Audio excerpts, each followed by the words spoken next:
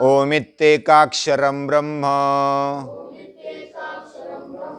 व्याहरन् मामनुस्मरन् यप्रयाति त्यजन् देहं स याति परमां गतिम् स याति परमां गतिम्।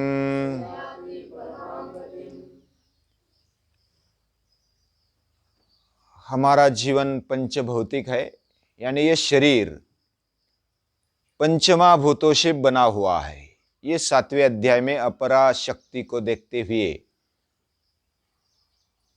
हमने देखा पृथ्वी, जल, तेज, वायु और आकाश, ये 5 तत्व है। इसी से ये शरीर बना है। शरीर ये मटके जैसा है, यानी मटका फूट जाता है, टूट जाता है, क्योंकि वह मिट्टी का है। और इसमें जो भगवान रहते हैं वह आकाश जैसे है। जैसे मटके में आकाश रहता है, खाली जगह यानी आकाश। मटका फूटने पर भी आकाश फूटता है क्या? आकाश कभी फूटता है? नहीं फूटता, मटका फूट जाता है। वैसा हमारा शरीर फूट जाता है, लेकिन आत्मा फूटती नहीं। हमारे अंदर जो चैतन्य है वो फूटता नहीं है। ये इतना शाश्वत है, नित्य है, पुराण है और सत्य है। 8वें अध्याय में जब हम इस देह को छोड़ते हैं तो उसको प्रयाण काल बोला है। प्रयाण यानी जाना। हमारा जाना, जैसे हम प्रवास करते रहते हैं तो जाते हैं आते हैं, इसमें प्रवास चलता है। जाने आने में प्रवास, यानी कभी जाना होता है, कभी आना होता है, कभी जन्म होता है, कभी मृत्यु होता है। ये जाने के अलग अलग तरीके हैं। जैसे हमें जन्म मिलता है तो हम आ गए, और धीरे धीरे हमारी अवस्था बदलने लगी। हम बच्चे थे, अभी बड़े बनने लगे तो ये अवस्था बदल हो गई। कौमारम यौवनम झरा, बच्चे से युवान हो गए, युवान से वयस्क बन गए, वयस्क से बूढ़े बनते बनते फिर मृत्यु। हमारा देह हम छोड़ते हैं, ये एक अवस्था है। हमारी बचपन की अवस्था छोड़कर आगे बढ़ते, एक अवस्था छोड़ देते, दूसरी अवस्था पकड़ लेते हैं। वैसे मन में भी हमारी अवस्था बदलने लगती है। मन के विकार, मन की दुर्बलता, वो कम होते होते एक अच्छा मन बनने लगता है, अंतःकरण बनने लगता है। ये मन की अवस्था बदलते रहती है। जैसे हमने योग दर्शन में देखा, एक मूढ़ अवस्था होती, मूर्ख, उसमें समझता नहीं हमें, हम हट करते रहते हैं और हमारी बुद्धि से, हमारे मन से जो भी विचार आता है बस वही करना है, ऐसा लगता है। लेकिन सारासार विवेक या तो दीर्घ दृष्टि, दूरदृष्टि हम रख नहीं पाते। और जो दूरदृष्टि या तो दीर्घ दृष्टि से देखता है वह सच्चे अर्थ में देखता है, वह जीवन को पहचान सकता है। जो छोटा छोटा देखता है, मुझे अभी क्या करना है वो देखना चाहिए, लेकिन मुझे बस आज का जीवन ही मुझे मान्य है, बाकी कल का जीवन मान्य नहीं है, ऐसा जो दीर्घ दृष्टि से देख नहीं पाता वह बड़े हृदय वाला, बड़े अंतःकरण वाला बन नहीं सकता है। क्योंकि उसकी जो मति है वह अल्पमति है, या तो वह अल्प दृष्टि से देखता है, वह संकुचित दृष्टि से देखता है खुद को और पूरे सृष्टि को। वह नष्ट होने वाली समझता है, लेकिन मृत्यु है, भगवान ने दूसरे अध्याय में बताया, वासांश जीर्णानि यथा व्यय, जैसे हम पुराने कपड़े बदल डालते हैं और नए कपड़े धारण करते हैं, तो पुराने कपड़े फेंकते समय हमें खेद होता है। हाँ, पुराने कपड़े फटने लगे तो हम उसको फेंक देते हैं और नए कपड़े ले लेते हैं। वैसे आत्मा पुराना शरीर छोड़ देती है और नया शरीर धारण करती है, तो नया जन्म हो गया। और ये भगवान का रूप है, मृत्यु सर्वहरश्चाहम। ये मृत्यु अमंगल नहीं है, ये भगवान से मिलने का एक समय है। जब कोई बच्चा थक जाता है, दिन भर पूरा थक जाता है, भूख लगती है, मां खाना खिलाती है, थकने पर उसको बिछाना डालती है और बोलती है कि अभी सो जा मेरे गोद में। तो वैसा हम पूरे जीवन में थक जाते हैं, तो हमारी जगदम्बा, जगत की अंबा यानी मां, वो क्या करती है, अभी तू ज्यादा थक गया है, आजा मेरे गोद में। तो मां की गोद में सोना क्या बुरा है? तो भगवान की गोद में हम सोते हैं, तो ये जगदम्बा की गोद है। और वो जगदम्बा हमें फिर नया शरीर दे देती है। हम अगर मेहनत करने वाले होते हैं तो अच्छा शरीर मिलता है। शुचि नाम श्रीमतांगे योग भ्रष्टा भिजायते।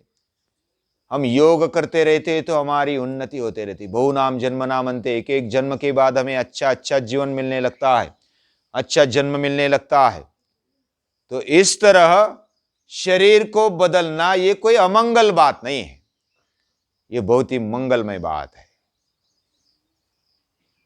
कोई अगर नववधु विवाह करने के बाद ससुर के घर जाती है और फिर कभी मैके आती है, फिर कभी ससुराल जाती है, तो वो सज धज कर जाती है। ससुराल भी जानी है तो सज धज कर जाती है, वो श्रृंगार करते हुए जाती है। उसको आनंद होता है, दुख भी होता है, मां बाप को छोड़ने का दुख भी होता है। जिसने लाला पाला, जिसने छोटे से बड़ा किया, अपना समझा, वो छोड़ देते हैं और उसको बड़ा बनने के लिए, उन्नत जीवन जीने के लिए उसको एक ग्राउंड दे देते हैं। इस प्रकार मृत्यु की तरफ, जीवन की तरफ एक अलग दृष्टि से गीता देखती है। भगवान देखने के लिए बोलते हैं। अगर बच्चा कोई खेलते खेलते थक जाए और फिर खाने के लिए और सोने के लिए आ जाता है मां की गोद में, वैसा ही हमारा जीवन खेलते खेलते हम थक जाए और उसमें फिर हमारा जीवन हम मां की गोद में चले जाते हैं, जैसे हम आराम करने के लिए चले जाते हैं। और उस समय हम जब समझो खेलते खेलते बीच में ही सो गए या तो बैठ गए, तो मां वो खिलौना भी छोड़ देती है, सिर्फ हमें उठाती है और हमें ले जाती है, सुलाती है, खिलाती है। वैसे हमारे जीवन में हम गाड़ी बंगला या तो अलग अलग संपत्ति हम इकट्ठा करते हैं, ये खिलौने हैं, यानी बड़े आदमियों के खिलौने होते हैं।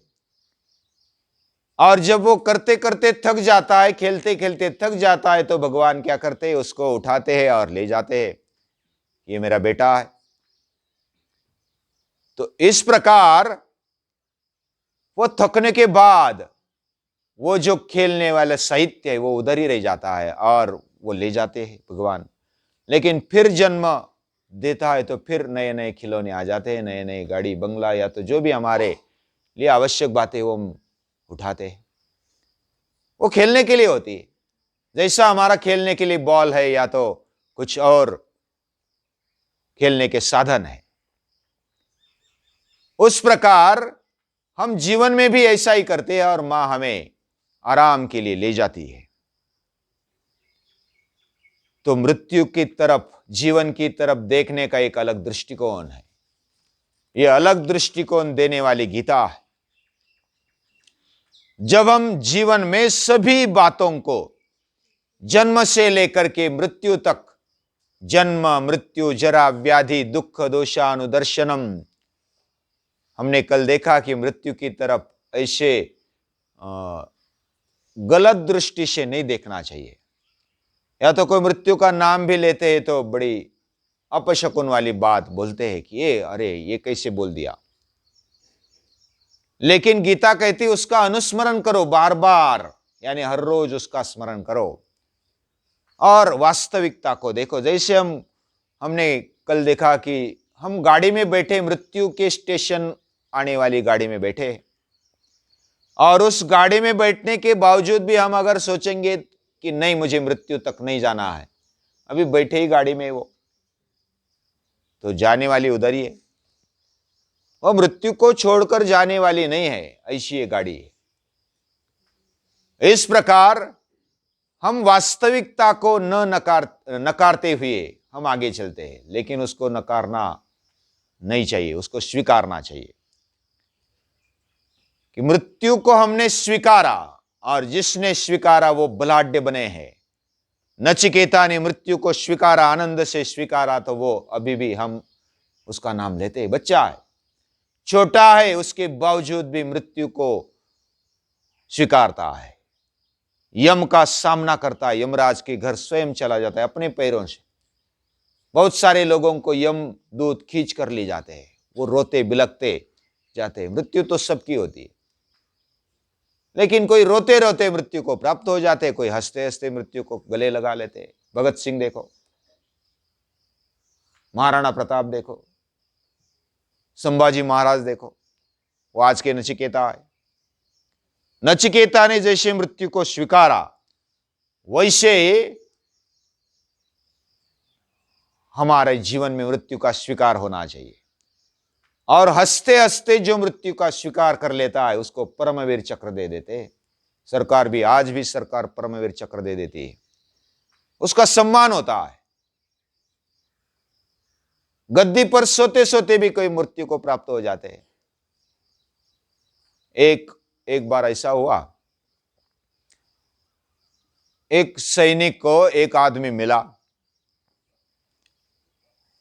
वो सेठ जी था। वो सेठ जी ने पूछा, तुम्हें डर नहीं लगता सीमा पर जाकर, उधर पहाड़ों में, बर्फ में, या तो गिरिकंदराओं में जाकर शत्रु से लड़ना, कभी मृत्यु आएगी पता नहीं, ऐसे वातावरण में तुझे डर नहीं लगता है? तो पहले जो सैनिक उधर गए वो सब मरे, शत्रु से लड़ते लड़ते मर गए। तो वो सेठ जी पूछते, तेरा बाप कैसे मरा? बोला कि वो भी सैनिक था, लड़वैया था, वो भी मैदान में मरा है। तेरा दादा कैसा था? दादा कैसे मरा? वो भी लड़वैये थे, वो भी मृत्यु का सामना करते करते लड़ने के लिए गए और मर गए, शहीद हो गए। तेरे दादा परदादा कैसे थे? वो भी ऐसे ही मरे। फिर इतने सारे मर गए, तू भी इसी तरह मरने के लिए क्यों जा रहा है? वो सेठ जी पूछता है। फिर वो सैनिक बोलता है, तेरा दादा कैसे मरा? तेरा दादा कैसे मरा? उसने, सेठ जी ने कहा कि गद्दी पर सोते सोते मर गया। और तेरा परदादा कैसे मरा? मेरा परदादा भी सेठ जी था, वो भी गद्दी पर बैठते बैठते सोते सोते मर गया। और परदादा कैसा था? वो भी गद्दी पर बैठते बैठते सोते सोते मर गया। फिर तुझे डर नहीं लगता गद्दी पर सोने के लिए? गद्दी पर सोते सोते दादा मर गए, परदादा मर गए, तेरा बाप मर गया, फिर भी गद्दी पर सोता है। तो सैनिक ने ऐसा जवाब दिया तो उसके कान खुल गए, दृष्टि आ गई। वो बोला कि सही बात है, हम दूसरों के बारे में सोचते हैं कि ये संकट में चला जा रहा है, ये मृत्यु को गले लग रहा है। सोक्रेटिस ने अपने मृत्यु को स्वीकारा, और स्वीकारते स्वीकारते हम भी बोलते हैं कि मैन इज ए मॉर्टल, वो मरने वाला है। सोक्रेटिस इज डाइड, वो मर गया, और इसलिए वो मॉर्टल है। अभी हम उदाहरण देते, हम खुद का उदाहरण नहीं देते। Man is a मॉर्टल, therefore Prabhakar is a man and man is a मॉर्टल, Prabhakar is a मॉर्टल। यानी मैं खुद मरने वाला हूं, ऐसी सोच ही नहीं आती है।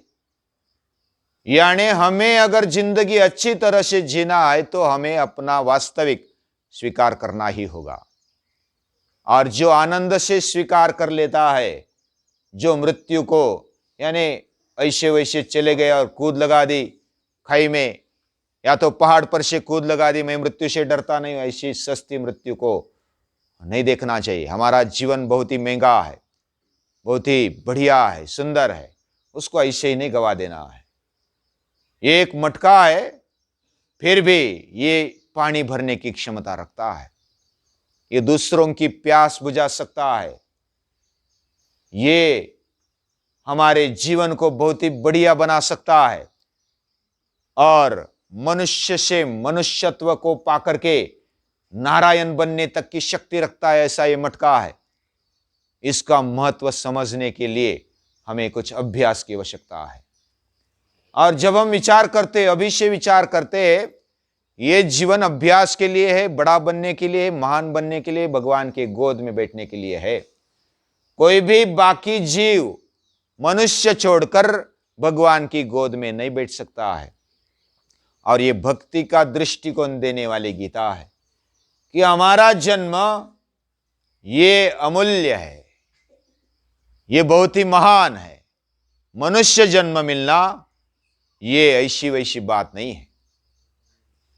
इसका महत्व समझकर हमें अपने जीवन को जीना चाहिए, और एक एक मिनट, एक एक घंटा, एक एक दिन हमें इस देह का उपयोग कर लेना चाहिए।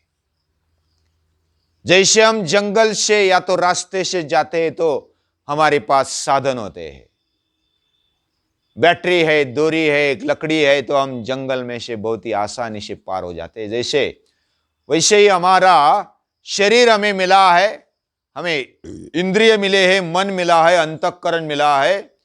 इसके द्वारा, इसको साधन बनाकर हम भगवान को प्राप्त कर सकते हैं। इतनी शक्ति हमारे जीवन में, मनुष्य जीवन में भगवान ने दी हुई है। और ऐसा दृष्टिकोण रखते हुए जब हम अपने जीवन को समझते हैं, उसका उपयोग कर लेते हैं, उसको आचरण में लाते हैं, तो ये महान दृष्टि है। और इस तरह महर्षि वेदव्यास जी महाभारत में कहते हैं, और महाभारत में गीता आई हुई उसमें कहते हैं, गीता का ये पाठ, एक एक पाठ हमें पक्का करना है। ये पाठशाला है, एक एक पाठ को पक्के करते जाएंगे और आगे बढ़ते जाएंगे। आज के लिए इतना ही। नमस्कार।